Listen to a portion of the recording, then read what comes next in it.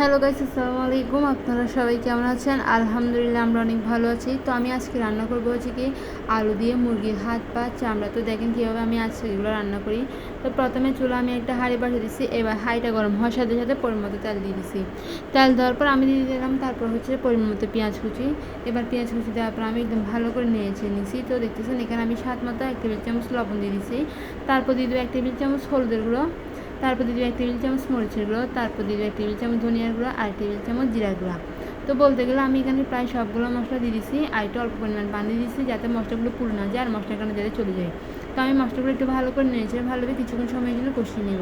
তো আমি ভালো করে নেড়েছে নিচ্ছি যাতে মশলাগুলো একটু ভালোভাবে কষানো হয়ে আসে। তো চুলা আঁচটা আমি বড় করেছি, বড় করে দেন ভালো করে আমি মশলাগুলো কষিয়ে নিচ্ছি।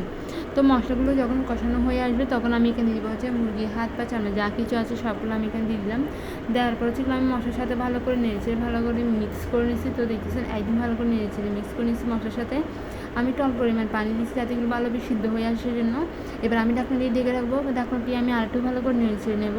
এগুলো যখন ভালোভাবে সিদ্ধ হয়ে আসবে তখন আমি এখানে দিয়ে দিব আলুগুলো। তো দেখতেছেন আমি এগুলো ভালো করে নেড়ে নিচ্ছি। তো এগুলো মোটামুটি দেখতে গেছি ভালোভাবে সিদ্ধ হয়ে আসে। তো আমি আলুগুলো দিয়ে দেবো। আলুগুলো আমি আগে থেকে কেটে দিয়ে ভালো পরিষ্কার করে নিচ্ছি।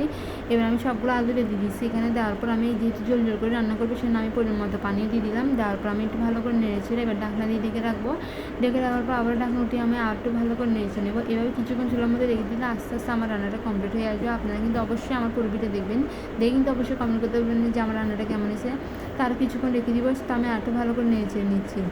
তো এবার হচ্ছে কি আমি আপনাদেরকে আমার রান্নার ফাইনাল দেখাবো। হয়ে গেছে আমার রান্নাটা, এবার আমি চুলাটা বন্ধ করে দিব।